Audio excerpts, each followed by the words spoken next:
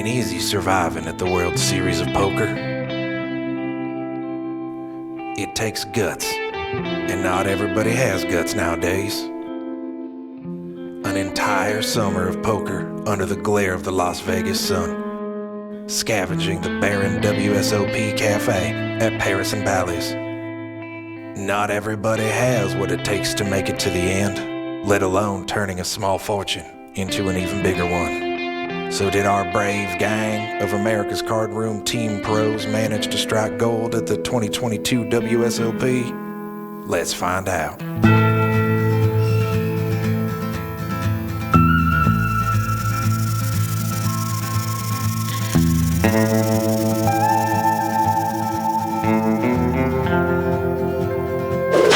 Gonzalez. The name will send shivers down the spines of anyone who came to Vegas in 2021. The man put up some big scores. Let's see how he fared in the main event this year. This is the only sporting main event that anybody can just go, play, compete, and become a world champion, right? That's exciting. That has people losing sleep, has people dreaming about like what could be. I mean, first place is $10 million. Come on. After last year's run in the main, my hopes were so high for this that when I busted out day one and literally had no momentum going, I was sad for 4 days. You just feel it, man, it's different. My summer package that I put up on State Kings, I was up on because I ended up shopping that Aria tournament for like 17K. So that put me in the green for the summer. But then we had the main event, and then that's 10K that just goes, straight down. So I'm down slightly on the summer, but in like my big full schedule that I played outside of the main event, I was up, and that kind of makes me feel good. Better luck next year, Mr. Gonzalez. Justin Kelly, aka Fat Train. This showman is the hot blood running in the veins of the ACR show and Punter's Pad, keeping the beast alive. So how'd he do at the tables? So my WSOP was busy. I fired several small tournaments. I fired tournaments that were non-WSOP events. I ended up doing the tag team event with Ebony. I fired some WSOP events online. I ended up with several caches and had a blast, but really, it was a lot of work for me this summer, including all of the ACR shows that I do several times a week. I also had to do pretty much all of the tech setup around the house. And as you can imagine, in a place the size of the Punter's Pad, there was no shortage of tech problems to be handled on the daily. Maybe next time let someone else handle the gizmos and doodads. John Party. There's a name you won't forget in a hurry. He's as crazy as popcorn on a hot stove and traveled all the way from the Great White North to the barren deserts of Nevada. Summer, looking back, like it almost feels like a blur. We didn't get anything going poker-wise. 95% of our caches were min caches, and the ones that weren't, it was 5% swaps with my girlfriend. Like literally, that was my second biggest cache of this series. Who's my favorite punter? Was Camille a punter? Camille crushed it this summer. She cashed definitely more events than she didn't. She grinded every day. If she got up for a day two and she busted, she'd go immediately to another tournament. He met her and just tries to suck in through osmosis, I'm assuming, her poker knowledge. But yet he's still trying to teach everybody else in the house how to play. And so you can just see where the problems lie. I would agree that John Party's girlfriend is better at poker than he is. And I don't think the results lie. The proof is in the numbers, as they say. So she's definitely ahead of myself right now. We're definitely gonna put in a lot of work over the next few months before next WSOP and try to close that gap a little bit. And his girlfriend is not obviously spending the time to teach John Party how to play poker. And I don't know if John Party has the ability to sit there and patiently learn how to play poker, because if he does anything for longer than 5 minutes, he gets, butterflies. John's biggest cache was a swap with a fellow outlaw, showing that there's more than one way to find gold in the Nevada desert. What about the kid? Ron DePaulo, New York's finest. He'd traveled the entire US of A to be here, hustling card rooms in Texas along the way. We all got pieces of crazy in us, some bigger than others. Day one was great. This year in dinner break, I'm chip leading the tournament with like 200,000, which is fucking, whatever, 3.5 people's souls. I flopped 3 sets of 6s within the first 2 levels. And then I remembered that I had a pentagram temporary tattoo packed for no reason, and I don't remember why I even bought it or why I packed it. And it became clear that this is a sign that Satan was helping me.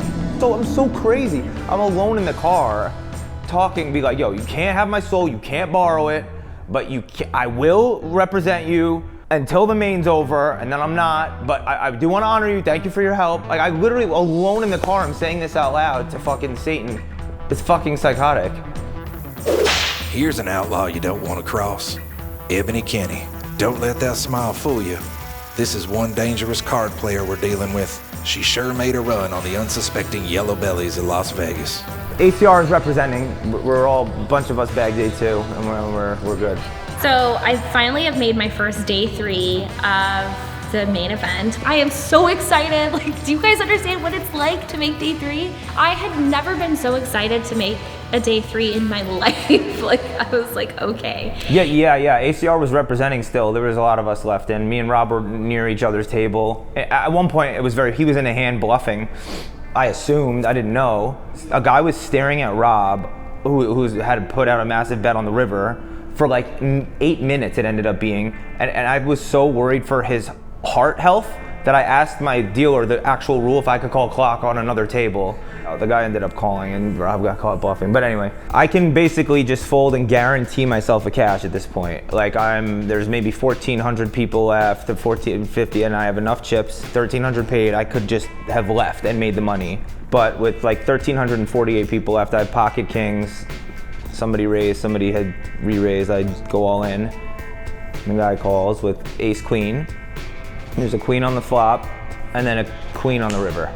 I was numb, I was like laughing in the moment, and then when I got in the car in the parking lot, I sat there just very sad for like fucking 15 minutes. And then eventually I'm like, yeah, you gotta bubble the main once. It's like part of being a poker pro, and fuck it, YOLO, you know? And I'm blessed anyway. Although he missed his shot in the main, the young man celebrated success in the 1K Super Turbo with a 22nd place finish. Results in play are not always the same, and for my recap of the World Series, I'd say both were bad. We started hand for hand, 1,300 people made the money. There were 1,304 people left. Our first hand for hand, I get pocket kings in the small blind. There was a raise and a jam in front of me, and I tank folded. And I always thought that I had it in me to make exploitative folds that were necessary. But in that moment, it was the singularly most difficult decision I had made in my poker career. Do you play to win or do you play to cash? Not all pocket kings are created equal.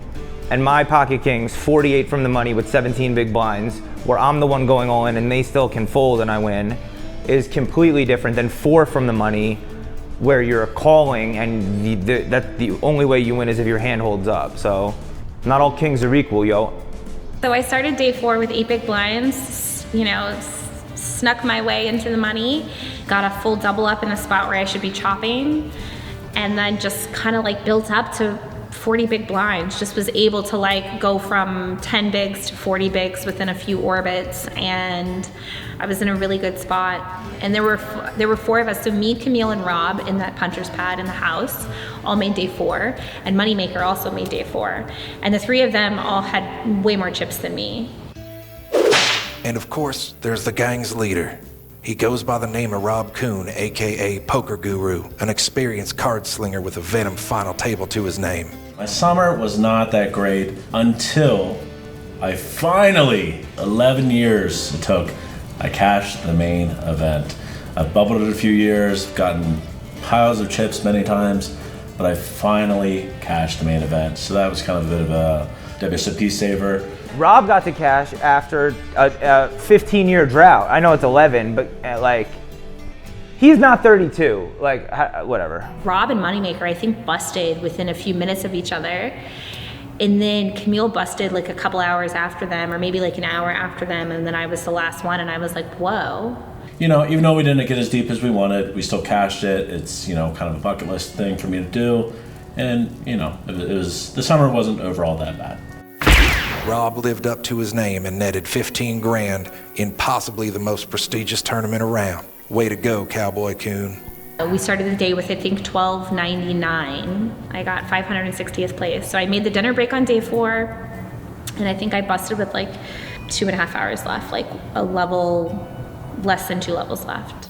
A 15th place finish in the $800 deep stack for 13 big ones, in addition to her nail-biting $25,000 cash. She made her money and skipped town real fast. When I busted, I was peace and like just pure joy were the only 2 things I was feeling. Like I got it in ace king suited to ace 7 offsuit and I lost, but I was like, yes, I cared because I want to win, and I'm just like, oh, the best hand, right? Like that, I want that to hold. But I was just so grateful to have made it. Like I was like, oh look, I'm a min cash, like perfect. And then I was like, maybe I can get a second ladder, right?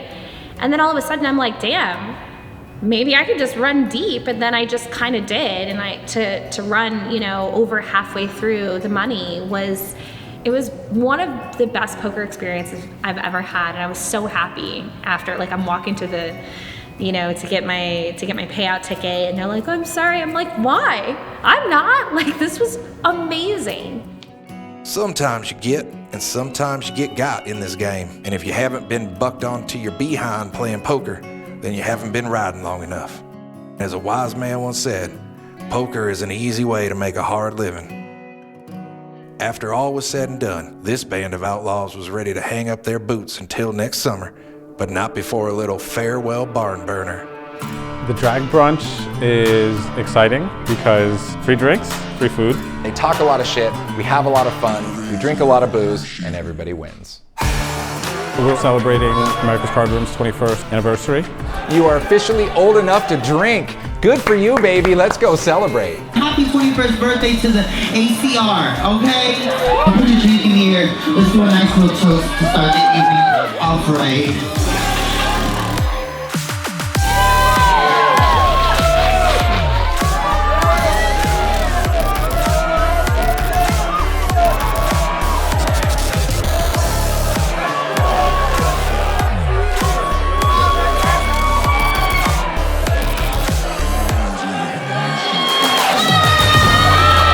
To jump off the bar into a split is scary. I don't know how they do what they do, honestly. Okay, yes, look, there you go. Oh my God, you're an alcoholic. It's kind of like a Comedy Central roast meets acrobatic drag queen setup, right? I'm assuming this is the gay table. Like, yeah, they fucking segregated you. That's some fucked up shit. Bottom, bear, loose top. It's just like a good energy, like everyone's just there to have fun. It's not really a spot where we do any dancing or anything.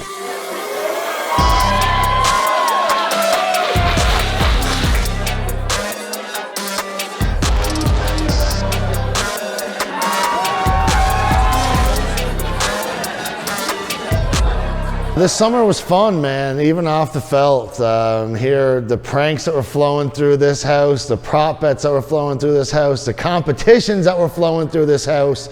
Was a hell of a summer, and I'll never forget it. I want to clarify, John got his crowns from team events, not from one-on-one events against me. Prop bet king, it's more like prop bet team. He had the better teams. And he's done it again.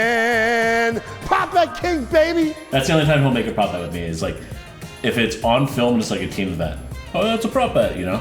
The prop bet king board is tied up. I think it's a 3-way tie right now. With who? It's you, Drew, and Train. Me, Drew, and Train? The prop bet board is actually a 3-way tie between myself, Drew, and Party. And I'll tell you what, I do not mind sharing the throne with a couple of legends like that. I'm gonna do 2 prop bets today and not put up the crowns until I leave the house.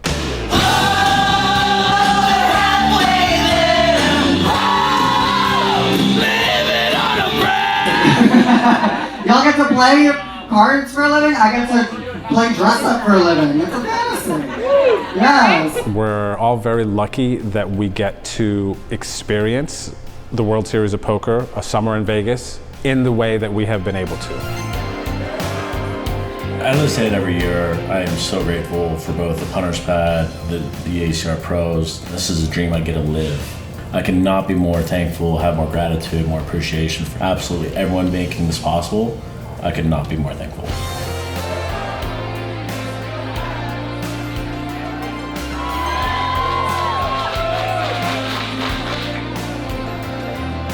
But I'm really grateful for the experiences that I've had, the relationships I've created and now fortified in the past 2 seasons of the Punter's Pad.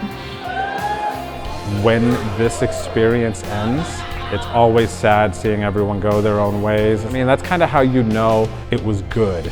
It's like before it's done, you already miss it. I think at the end of the day, we're all pretty much living the dream, right? Basically doing what we love to do, playing poker on the road, traveling, creating content, and it's a really, really, really special thing. Poker is such a solo journey. You're just really out there by yourself and everyone on the table is rooting for your demise.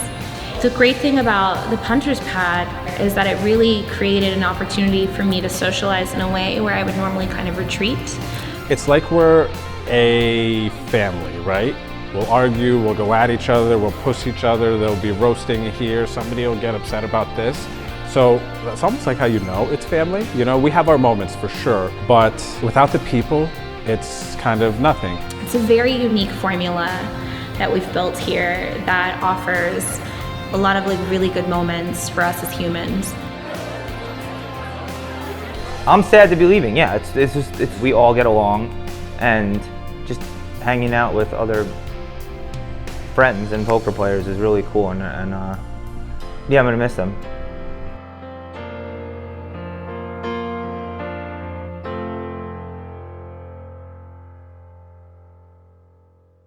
Well, I guess it's about time to close shop and turn in.